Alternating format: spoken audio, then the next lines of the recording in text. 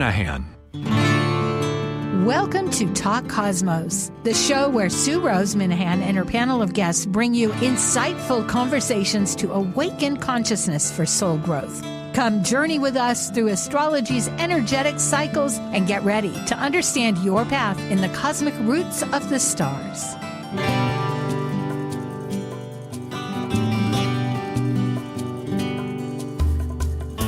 Hello, I'm Sueminahan. This is Talk Cosmos, and today is still November, of course, right in the middle of it.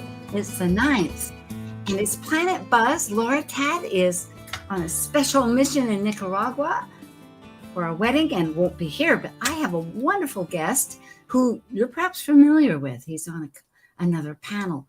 But our topic today will be Jupiter, the great gas planet Trine, after its long voyage of its connection back in 2020, late 2020, with the other gas planet, Saturn.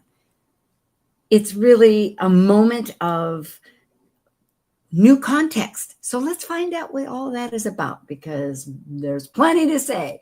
And now we're ready for Planet Buzz. Focusing on perspectives of pattern-planet cycle relationships and understanding their archetypal energy consciousness, reflecting through history, current events, mythology, and philosophical questions, these are the members of planetbuzz.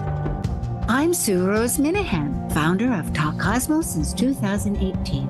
I'm an evolutionary astrologer, consultant, speaker, writer, vibrational astrology student, Dwarf Planet University graduate, Kepler Astrology Toastmasters Club charter member. I have a fine arts music degree plus a certificate in jazz. I'm an artist, musician, and certified color energy life coach. Especially, I love mythology and esoteric philosophies. Plus, a special guest who we will introduce in just a short moment. And as the ancient Hermetic code reveals, as below, so above. As above, so below. Yes, ain't that the truth? It is in every fashion, and astrology knows it all the time.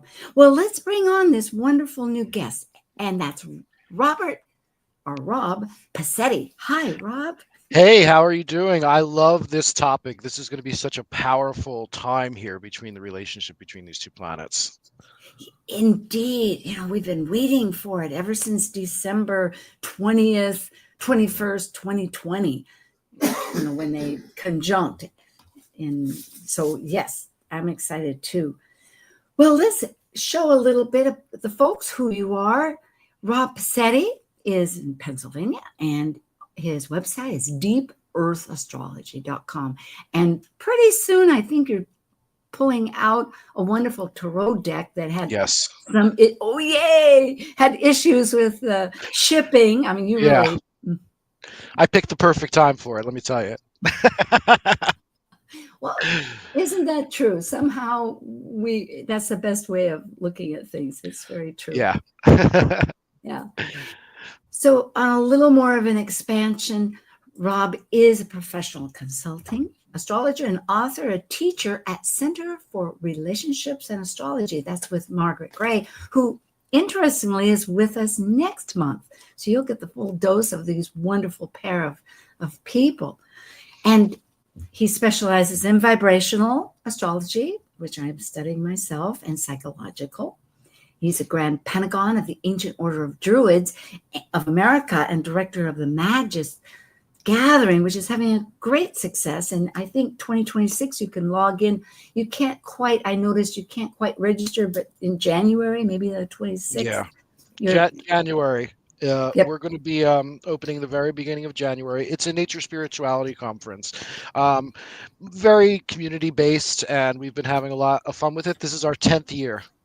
Oh, man, time flies. Here we are. We're flying. Yeah. That was just sort of an accident, but it is appropriate. Well, thank you, Rob. I'm thrilled to have this. So the seed of this whole relationship began with their conjunction, as we both know, but we'll discuss that. I know you have a lot to offer because you just wrote a paper on it.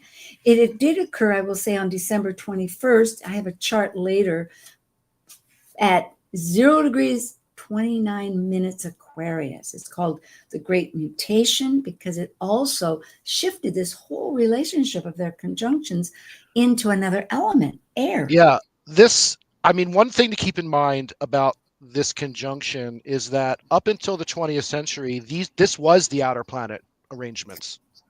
These were the largest planets that you could see with the naked eye. And it has a lot of cool names beside the Great Mutation. My favorite is the Great Chronocrator. It has just a feeling of vastness and power that you would see in that relationship between Jupiter and Saturn. And this is the beginning of a whole new cycle on top of a cycle, because what happens is the conjunction of Jupiter and Saturn is a 200-year cycle where it will spend most of its time in one element. We just moved into the air. We were in Earth for 200 years. There are some signs that pop up to the retrogradation of the synodic cycle, but generally they're going to be Earth signs the past 200 years. Yeah, I think it's the second to the last that shows the preclursor. Which is awesome. It is. And that whole relationship between Earth and air, just imagine jumping, it is challenging. You know, it's like you can feel it, you can touch it, and then you hear it, you think it. It's not tangible. For sure. And, we have to think that, the outer planets are a result of the advancement of technology. And with that advancement of technology, we were kind of able to open communication to a more collective worldwide base. When, before we were able to do that, we have to consider that communities were smaller. Communication was more difficult between tribes and between countries and between towns. So, getting back to this 20-year cycle in this smaller sense of community and collective makes a lot of sense. Yes. In fact, since you're bringing that up, being in Aquarius has been this huge push towards restructuring community and networking and alliances. It's like, who are you partnering with? It's more the beehive approach. In fact, that reminds me, I've been seeing stars in the beehive. And, I love looking at the stars, but unless you're familiar with them, it's a little bit like, okay. But there you go. It's that cluster. It's that network, just like solar panels these days. It's stronger with many parts rather than just one that you depend on. I was translating some texts from like the medieval Renaissance era, and Abu Mashar really, I think now my translation might be a little off, but he really referred to it as an archetypal heartbeat of civilization, is this relationship between Saturn and Jupiter.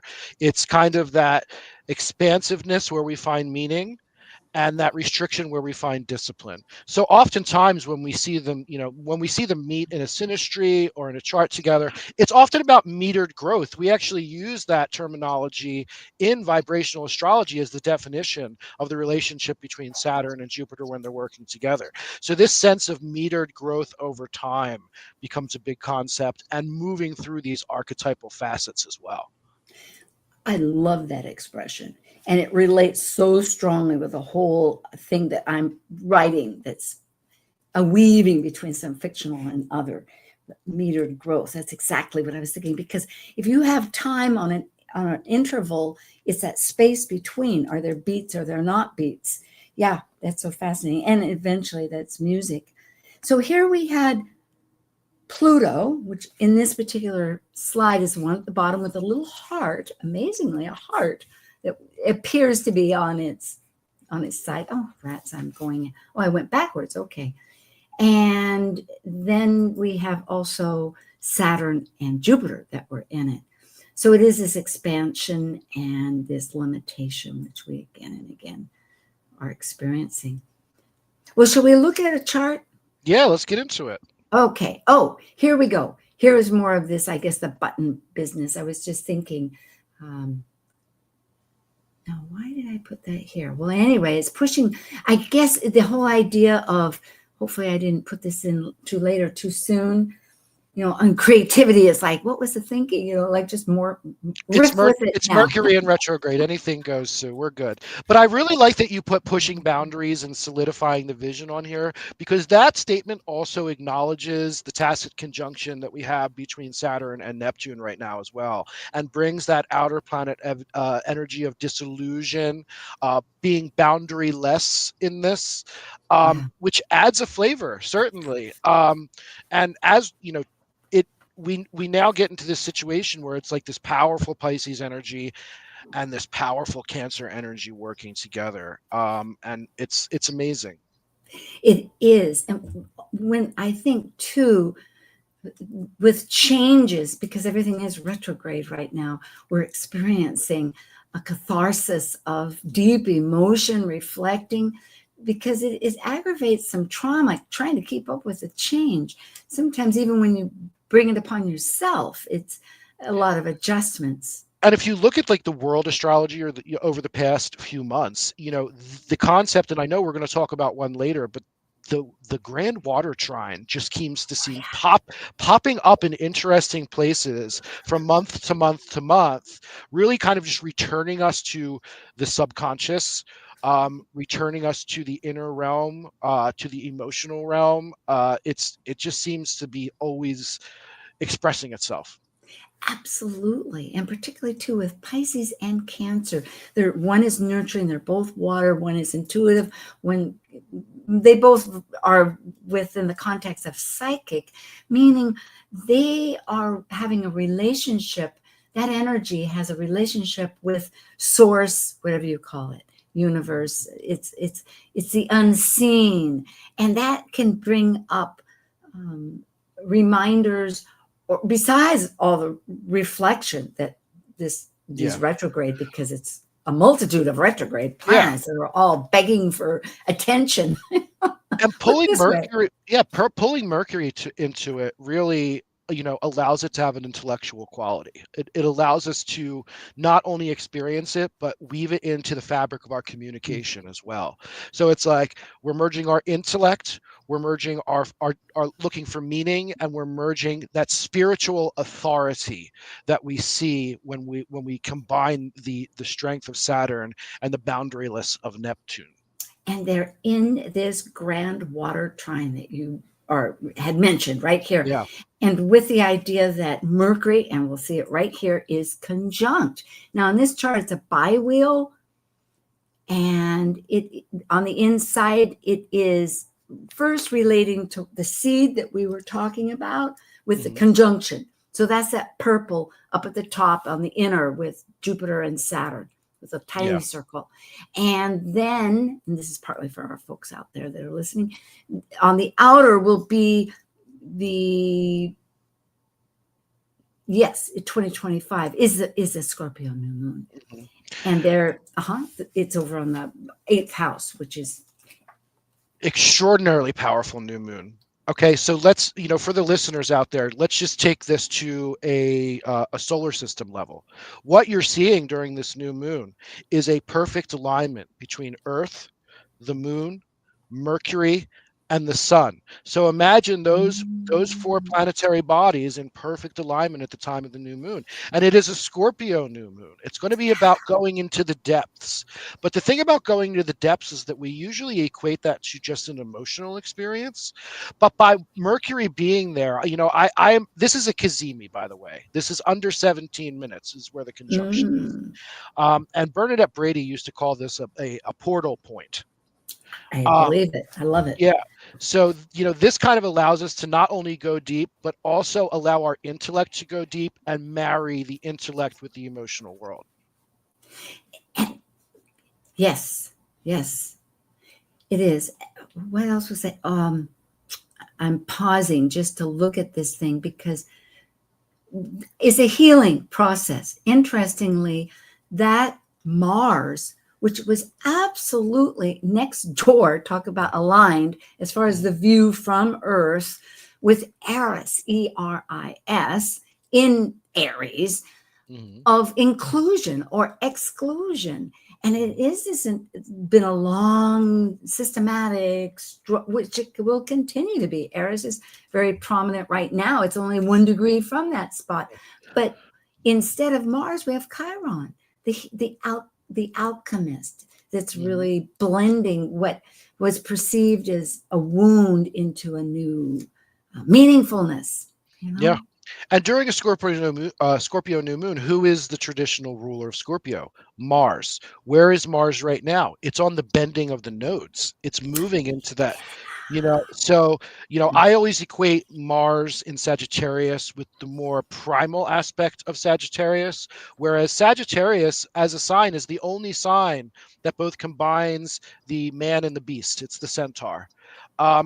When we're in Mars, we're always connecting to that more cardinal nature of ourselves. So I see this kind of as being like a hunt for our destiny, a spiritual hunt for our destiny being revealed by this new moon that is the Cazimi of Mercury in there, tying our deepest emotional realm to our intellect and moving forward.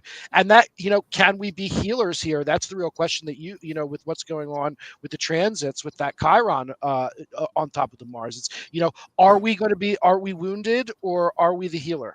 I think that's really going to be a big factor in how this resonates. Very good. Yeah. Is my story the only one? But in Cancer, that's the opportunity, especially with Mercury, to reframe our story. We can use that new experience. Like maybe the perspective is a little bit different. Our new information comes in with Mercury that says, you know what? How did the other person, what was their experience? And it shifts things a bit. And for folks, when a planet's at the bendings, that means it's square, which many of we know, but it means too that you're looking to our path that we came into, which happens to be the south node with this in Virgo of fixing and healing and maybe too many details and taking control, because you're able to do that, and you know that things will fall apart if you don't. But on the other hand, there's Pisces that's saying, hey, there's a natural order to things, and there is a higher purpose or energy, and so let it be. And what about the whole business, like the animals and etc.? How it manifests too, when we're talking about a bending of the nodes, is based on what its relationship to the nodes is, and this is called a south bending. So the south bending often means that we need to sacrifice something.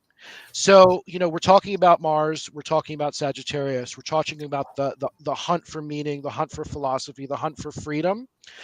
We may have to sacrifice some of our old philosophies that are no longer working for us to actualize this bending and get to our greater purpose. I jotted that down. That is a keeper, Rob. Thank you so much, Rob Pacitti. Yeah. Well, I think we pretty much covered this little review, the emotional subconscious, and it's ahead coming up. As we go through this will be all of 2025, because Mercury is retrograde at 25 degrees, and and our Mercury is 24 degrees. So I think the next slide shows that. And here we have these new, if we have chaos, it's like pick and choose. How are we going to reform things? So it is an opportunity. Oh, I know. This is a pattern called the point of Thales. He was a Greek philosopher back in the day, and a point or a planet, the focal planet, is that mitigator. It serves to connect, and trine in a flow to an opposition. Yeah. All right. So here we have, guess what? This is next summer. Go ahead, Rob. You were going to say something. Yeah, I mean, I just refer to it as an ambivalence triangle. That's kind of the that's more of a modern. But what it does really, it gives you an escape. It gives you that escape hatch point between the opposition. So I mean that whatever point is at that point of Thales is going to be essentially how we escape the need for integration within that opposition. And which really intrigues me here as we're going through now, and we're going to pause here till we leave pretty much I mean, just for our break. That's folks. Yeah, I'm thinking outside. Yeah. Anyway. until we transcend. Yes. The mystery of all. Yeah, because here we have an opposition with the natal chart. This is our Sibley chart on the left. And right now we have this. In fact, I should really go back to it, I guess. I'm just wondering, or maybe I don't. But that retrograde happening, maybe I will go back. Where was it? Was it 11? No. Here it is. Yeah, where's Mercury? Mercury out here. Oh, it's at 21. It doesn't show it. Oh, what is this? That's on the 20th. Oh. Yeah, it's still retrograde. Go ahead. It's retrograde mostly in Scorpio. This is just about the point, though, where I think the 28th or the 29th is where it goes, where it stations, and starts to go to direct. But the interesting thing about this retrograde is that it's really going to spend the majority of time in Scorpio. It's only 6 degrees into Sag at the point of station. So, as we're moving back, while we're going to be talking about these Sagittarian themes of philosophy, of religion, of trusting instinct is important in Sagittarius as well, I think. And there is a wild optimism there. We're going to be going back into Scorpio and really having to go deep. And I think this new moon, just the weight of it, astrologically, especially with the Cazimi, is going to make this retrograde feel flavored by Sagittarius, but more of a Scorpionic event. And it's always a real change factor. It shifts the tables within. I reflect back, experiencing them. It's like, whoa, that was a deep dive. And the beauty of it, there is treasure, as they say, once you go through it.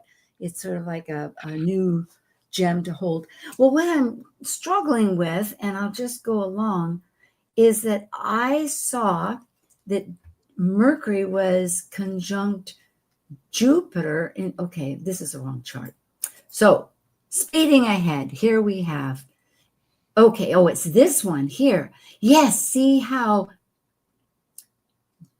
Jupiter here, okay, this was in, why do I have the 31st? Oh, it's of trine. Okay. Yeah. Yeah. Well, still, any rate. Oh, this is next year. Oh gosh, Sue.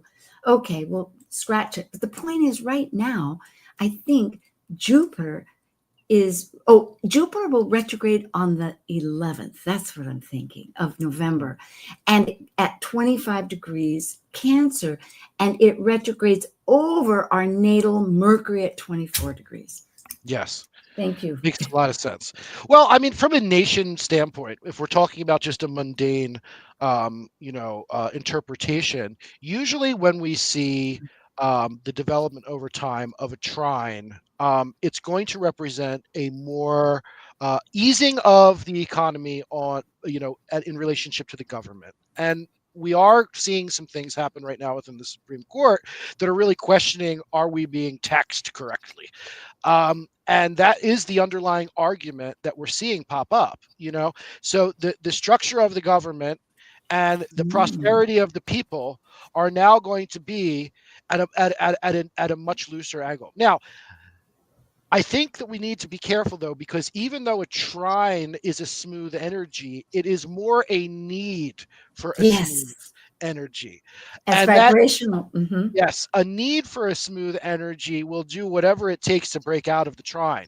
When we did a lot of research on the trine from an aspect standpoint in vibrational astrology, 2 people showed up. The first was the woman who played Catwoman, and which was very interesting because there's that, she had those like smooth motions. There was that kind of that cat like feline, yes, feline energy that was very smooth, and she talked about that as being part of it. But we also saw a woman from Northern Europe who was it Anne Hathaway? No, It no, just- it was the one who no. played it in the original Batman series. I'm Yes, not yes, a recalling. beautiful woman. Yes, Yeah, she was yes, amazing, yeah. and I remember Yeah, watching the reruns I in my youth, remember. and you could see that Trine energy in her, in there. Her Yeah. ability to move through life with an easiness and a smoothness. But the other one that was really high was, a woman in Northern Europe whose husband was in a diplomatic role, who would always leave but always wanted more kids. Well, she ended up doing some awful things with the kids and herself because she had no ability to have smoothness in her life. So if we don't have the smoothness, we're going to get the smoothness no matter what. Yes, we need it. That's right. Mhm. Because I too, being a vibrational astrology person, and remember, folks, this is where you take thousands of charts and choose where the aspects are the closest to it and see what their lives, how did it really exhibit? And this idea not to discount a trine in any sense, because like if we're experiencing one from now for this new moon, which is a seed point for the whole month, and a deep one integrating all these ideas, we have this primal sense where the flow has to keep going. And so Yeah. people sabotage or they try to control it in some way to experience it. Absolutely. I think all of this like Aquarius energy that we're currently experiencing between this great conjunction in Aquarius in 2020 and Pluto moving into Aquarius, even in astrology, we've seen astrologers really willing to take a more open approach to how we even define these basic things. Mm. The Tarnas is really dug into the concept of multivalence and archetypal multivalence, and now we're starting to see that even within the aspects with a lot of some very good astrologers where a trine is smooth, but it's a need for smoothness. Okay. Yes, it's not just a cliche of one side. Yes. There's a whole prism. Yeah. An opposition is very standoffish, but at the same time, if you're able to meet each other in the middle and just shake hands, there is opportunities for powerful integration. The integration is the solution to the opposition. The trine isn't always smooth. It needs to be smooth. Yeah. And exactly. I'm thinking too, with an opposition, it's this idea of needing to adjust two things, rearrange two. It's two things that need to get in some kind of contact. Yeah. They share elemental modality. So there is common ground. Well, we will be right back. This is Talk Cosmos, Jupiter, Trine, Saturn, which we're experiencing. And of course, we'll ahead next year more. And I am with Robert J. Pacitti of many great return. Come back with us. We'll be right here. Thank you. While we take a break from this week's edition of Talk Cosmos, let's take a look at this cycle's archetype. We are currently in the yin period of Scorpio, traditionally ruled by Mars, now ruled by Pluto. By departing a cycle based on comparison between extreme energies finding balance, Scorpio commits a relationship to exchange resources, experiencing power and powerlessness for the purpose of soul growth transformation. As a fixed water sign that is extreme, intense, and secretively deep, Scorpio's passionate nature questions the psychology and mystery concerning life and death. Talk Cosmos brings insightful conversations to awaken consciousness for the soul growth with hour-long programs. Talk Cosmos weekly programs are also available to watch live on the Talk Cosmos YouTube channel and Facebook page. While you're there, make sure you click the like and subscribe buttons so you get the full Talk Cosmos experience. Or if you'd rather listen to the show archives with audio only, the entire podcast collection since 2018 is available on most podcast carriers. And to find out about upcoming programs, sign up for the newsletter at talkcosmos.com. So grab your coffee, tea, or kombucha and enjoy the show. This is Martha Norwalk, every Sunday morning beginning at 9 a.m. Thanks in part to Dr. Nels Rasmussen at healingministryforanimals.com. We cover the world of animals. This week, November 16th, it's Behavior Training and Healing Sunday with me, and talk with your human or animal loved ones on this side or the other, and personal readings with Natasha Venter. I hope you can join us and plan to call in with your questions for either one of us. Martha Norwalk's Animal World, Sunday morning, 9 a.m. to noon, right here on Alternative Talk, AM 1150. Want to hear something different from talk radio? Keep your dial on Alternative Talk 1150.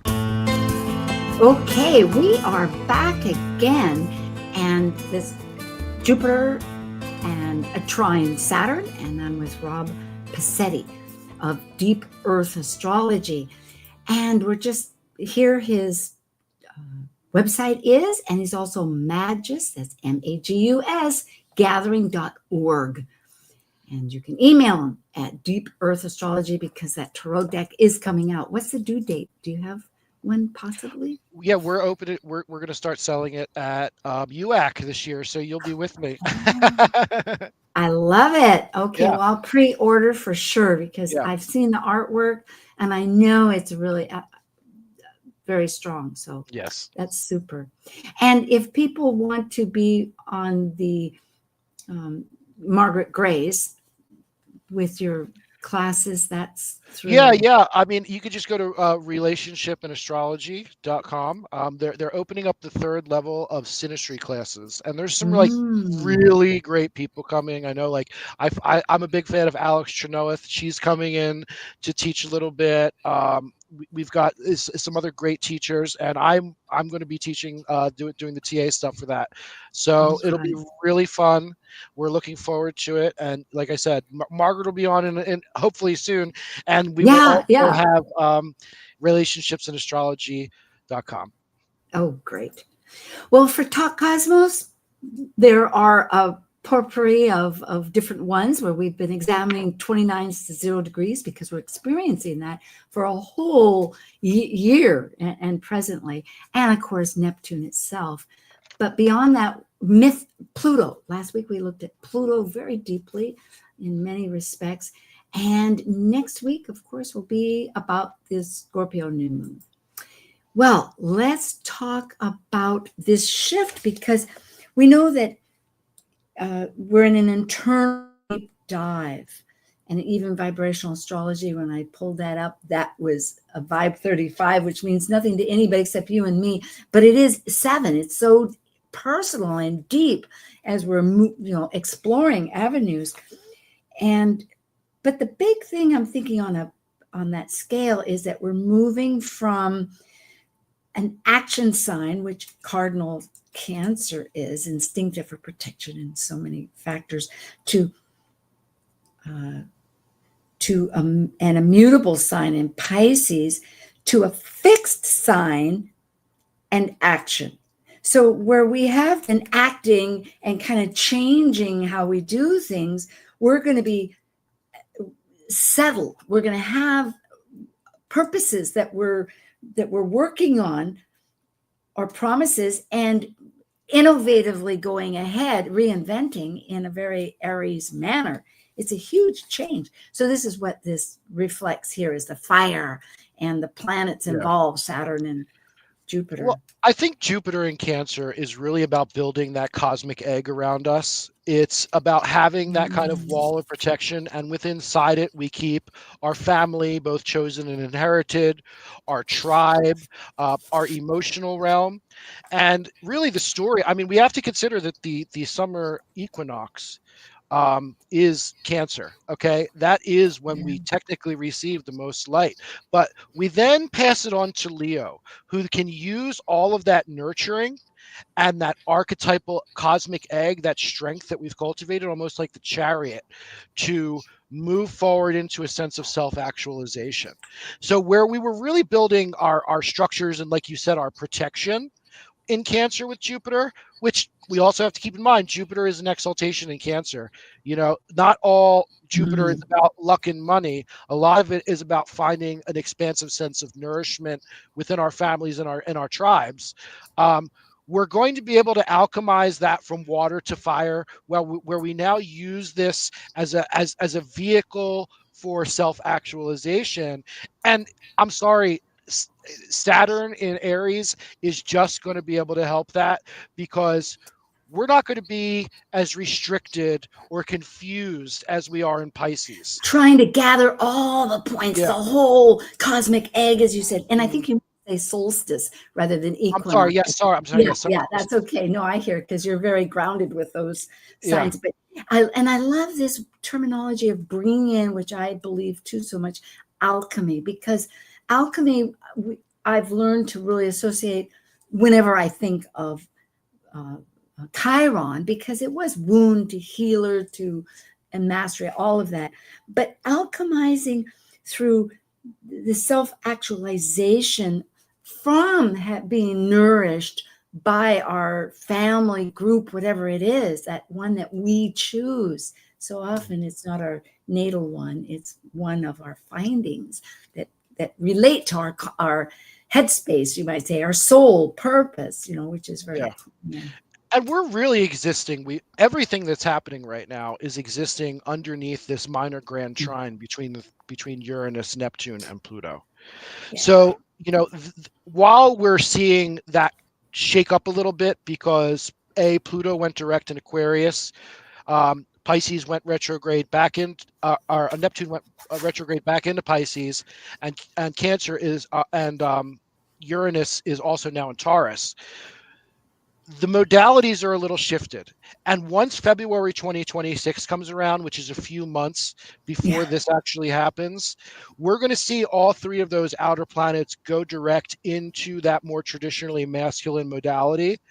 So all of that is going to feed into this change from these more telluric water and earth signs into a much more active, mostly for the self and our self-actualization, masculine signs, fire and air. Yeah, and that is where earlier we were talking about well, however we see it, it's always that idea about, are my gifts is my purpose? How is it related to others? And that'll be one of the base functions of the relationship between Jupiter and Saturn is giving structure to our meaning. And that is going, with Saturn in Aries, we're going to be able to kind of not be scared to start new structures. Yes. You don't like this? Try it again some other way. It's exactly. No, I'm very excited about it too. And it's really a population. Think of every single person is receiving this idea, and you don't lead Aries. Aries leads off in their own direction, and those that choose decide to follow, Well, here we have the U.S. Sibley chart. Again, that is July 4th, 1776 at 5:10 p.m., although there are others, but this is a very common one, with the Sagittarius rising, which, of course, Jupiter is, we're a very philosophical nation with always a purpose, and we need to vocalize often. We can't be quiet. I also think that Sagittarius, like I said, there's an innate optimism, and when this country is not feeling optimistic, it tends to really fall apart. Well, the moon. I'm sorry, Rob. Here, am I interrupting? Okay. Well, I'm thinking our moon is in Aquarius, and Aquarius for evolutionary astrology really relates a lot to trauma, because yes, it's innovative, it's a genius, it's outside, it's elevated, it's seeing the whole bird eye view, but it can experience so many fast changes that are immediate at the moment that it can't keep up, and it's like the I often see the word truth associated with Sagittarius, and while I do feel that's the case, it needs a qualifier, because Scorpio is the one that is looking for the ultimate truth.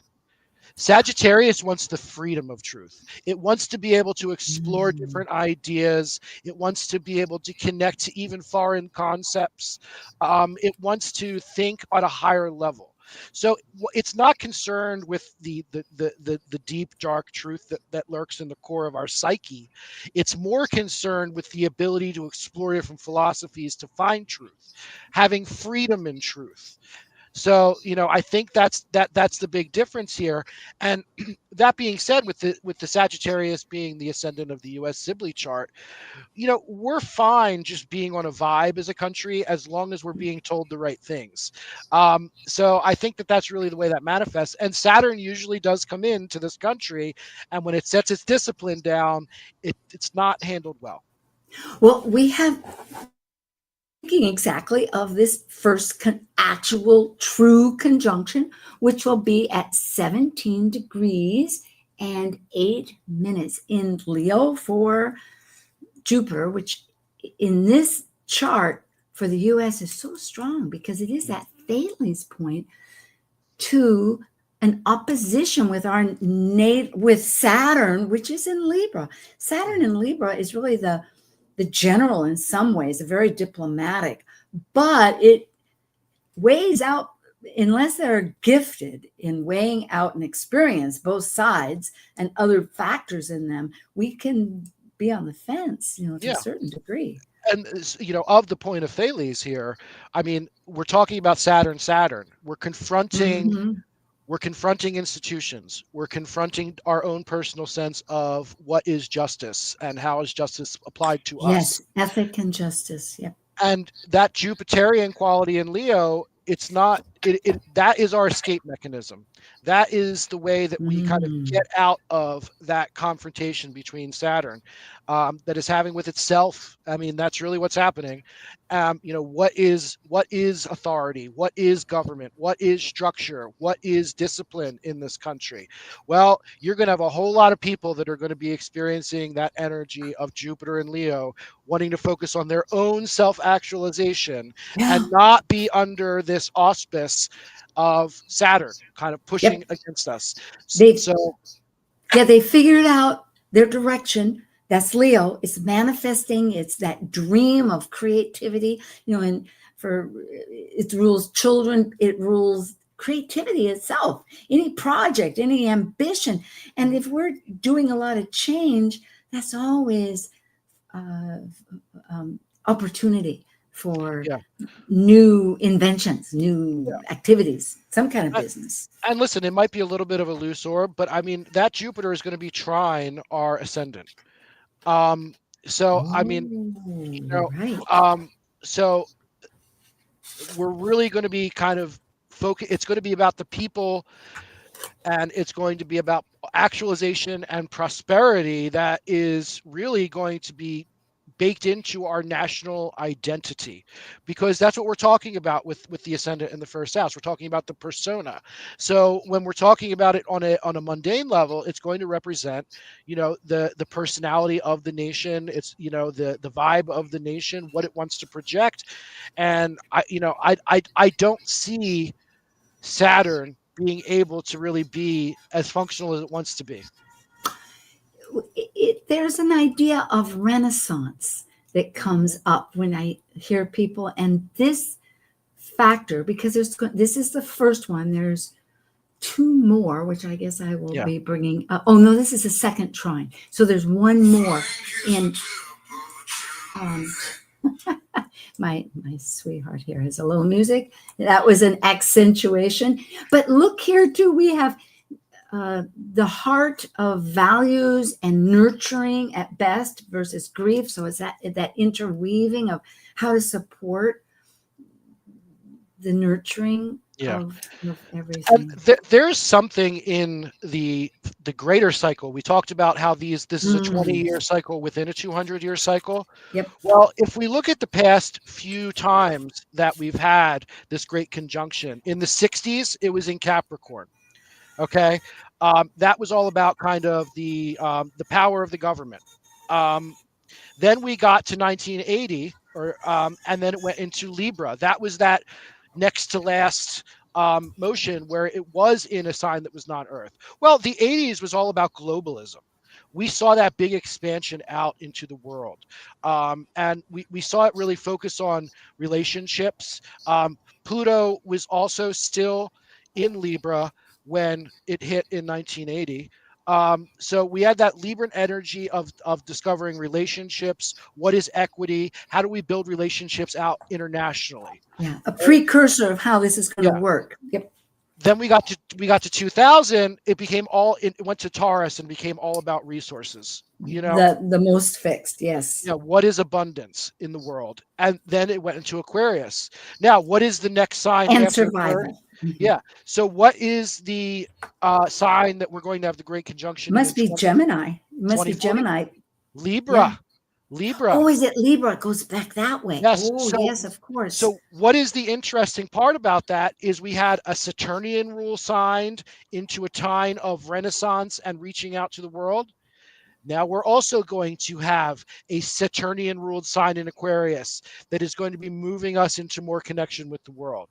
So I absolutely agree that Renaissance is on the table, and that's going to be the kind of greater goal. I think we have a long road to that point, but at the same time, it almost feels like we're going to get back to that again. Sagittarius and Libra are a sextile. They are cooperative, where optimism about where we're at now feeds into a reaching out and making connections versus something that's a lot more stricter. Yes. So, I mean, it doesn't, we have tech oligarchs right now. What's more Aquarian than a tech oligarch? Well, originally those ideas, they were so many factors. It's like the beehive. It's where there's a huge group of people instead of one. But what I'm thinking about Renaissance is, again, it goes back to this idea of the whole prism of anything, because it's not all cherries without the pits, but it does show, if you go back looking at life, there's opportunity. And that is, if one is awake and connected. Communication makes a big deal of how opportunities happen.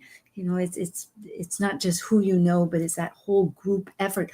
And I'm also remembering, that's what I wanted to bring up, that in February, such as we mentioned with Neptune, with Saturn and Neptune, which is at another seed point of Aries itself for 38 years, that's in many ways, like going back to vibrational astrology, which is so key to really perceiving the simplicity of something. It welcomes at its highest level that spiritual thought, because it's essential, Saturn, and what's extraordinary and magical that gives really that magic into life? Well, it's spirit, and you bring it together, and it's that force. So I'm thinking that as we step into, it's like every turn, it sort of brings in another color, and suddenly you get a whole new landscape. Yeah, I agree. And I think the sooner that we get out of the Neptune influence in Pisces, the better for some of this, because, Neptune is the modern ruler of Pisces. So we just assume that if it's in rulership, that it's going to present itself in a positive or a good way. That's not what it means. It just means that it works really well there. And Neptune likes to remove boundaries. It's the spiritual soup. It's everything all at once. And Aries is the exact opposite. It's not complicated. It just is what it is. And especially when we're talking Saturn moving into it as well, that is going, Saturn to me, a lot of times is the word no. And moving into Aries, we're going to be able to aggressively say, no. Another thought, when you were talking, I remembered that the nodal axis changes. So when we get this second trine, which will be in 2027, we still have to get through 2026. And it's really a year of trines, but it will have the south node in Leo, which brings me to the third one, because look at this. We have it's not quite a nodal return, a nodal reversal, but that will be in 2 years. This will be 27. So on October 31st, because we just had Halloween. Well, I mean, we also have to just keep in mind that, to get back to the next trine, we're going to have to pass through some quincunxes and some squares, so, I mean, it's not just going to go from trine to trine. We're going to have a lot of tribulation in 2026. Yes. And I That's don't what I think meant by the cherries. It's got the pits too. Yeah, yeah, go it ahead. does have the pits, and that's happening really. I mean, I think from like February 2026 to the middle of 2027, because the other thing to keep in mind about this is Pluto's out of bounds until like 2028, Yes, and the 2030. moon. They have this Yeah, 10-year orbit that they've yeah. come in and go out. Yep. So when a planet is out of bounds, it does not work any longer within what we call the solar order. It's not really too concerned with fulfilling its traditional role within the solar system and within that archetypal ring. It will act in ways that we've never seen it act before because it is out of bounds, and it really is. It is the slowest planet, obviously, of that mini grand trine. So it's the anchor. It's giving the weight to it. Mm. So it's but I do agree that once we get to like 2027, even the end of 2026, the orb starts to ease up. We're going to see the result of the things that we cultivate now in terms of that Saturn Jupiter relationship of putting structure to our sense of meaning. It is important. Yes, right now is the seed, and we have this chance to use the Piscean in its best way with all of that return. I have Pluto retrograde. I was born in that period of time, and so it is anyway. And here, I think the cycles. It's true. You go too far up the tree. It's like, how did I get there? It's branch by branch as you climb up it, having climbed trees. But here we've had so many returns, natal returns. This year is our Jupiter return. It may not be exactly conjunct because we have an early Jupiter, but it's still in that year of return in Cancer. And here we have in Gemini the Uranus return ahead of us, but there's so many steps going forward. And if the one thing at this picture that looks to me, besides the fact that we're getting that reversal, which is a dynamic moment of opposition, it's a pole shift. Yeah, is that quincunx, that in conjunct, where they don't mix between Jupiter and our natal Pluto. So there's something about in Saturn, which is, not Saturn, but in Capricorn, that definitely by this time we've got to shift. Maybe the power all in one hand. Yeah, Pluto in Capricorn is all about the power of the institution. And, it's going to be a very uncomfortable feeling for a great expansive self-actualization, which is what that Jupiter's going to, it's kind of going to be like the self versus the authority in a lot of ways, and whereas I do feel like there's a relatively easy resolution to the opposition, I feel like the quincunx is a little harder to resolve. It's like having the rock in the shoe and just putting up with it. Yeah. It's like change. What are we doing? How are we doing this? Is it really working? No, and then we do this and then we go back to change and etc. Yeah. And then ahead of that, of course, is another, it's 18 months for a nodal axis. So we have that one in Leo Aquarius ahead, which is going to coincide with the US. But we also have Jupiter plowing every year ahead. And so it's cycles and cycles. And that's where it's of service. So the better side of me, the optimistic side, I do like a little optimism. It keeps me moving. As long as, which it is that. But going backwards to remembering the reality, the sobering reality too, of there are boulders in the shoes or in the path. And it is our perspective that really makes the difference, and our unity with people. Yeah. So hopefully that's going to change. I have a Jupiter in Virgo. It's considered to be not a great placement, but it's expansion through service. And after we've gone through that Jupiterian in Leo period where it's all about self-actualization, getting out of ourselves and getting into finding meaning through service, I feel is going to probably be a necessary thing that we're going to have to go through. Yeah, I have Saturn in Virgo. Yes. I do too, yeah. Yeah. Oh boy. Yeah, no wonder yes. And it is really often with Virgo. I was hearing somebody bellyache about they between the Leo and the Virgo, and it was in a class I was taking. And it came to mind that as one's giving service, we have to remember the purpose of it and the why of it. And is it really answering ourself? Because if it's not, because at some point you want some kind of acknowledgement that, hey, you're doing it. I agree. Well, I had so much fun. Thank you for having me. This has been a blast. I've really enjoyed this. Oh, Rob, you're a heart send for the heartbeat of all this meter difference. So, folks, thank you so much, and definitely watch us next month. But may your retrograde bring you just what you need. And Rob, I'll see you again. Yes.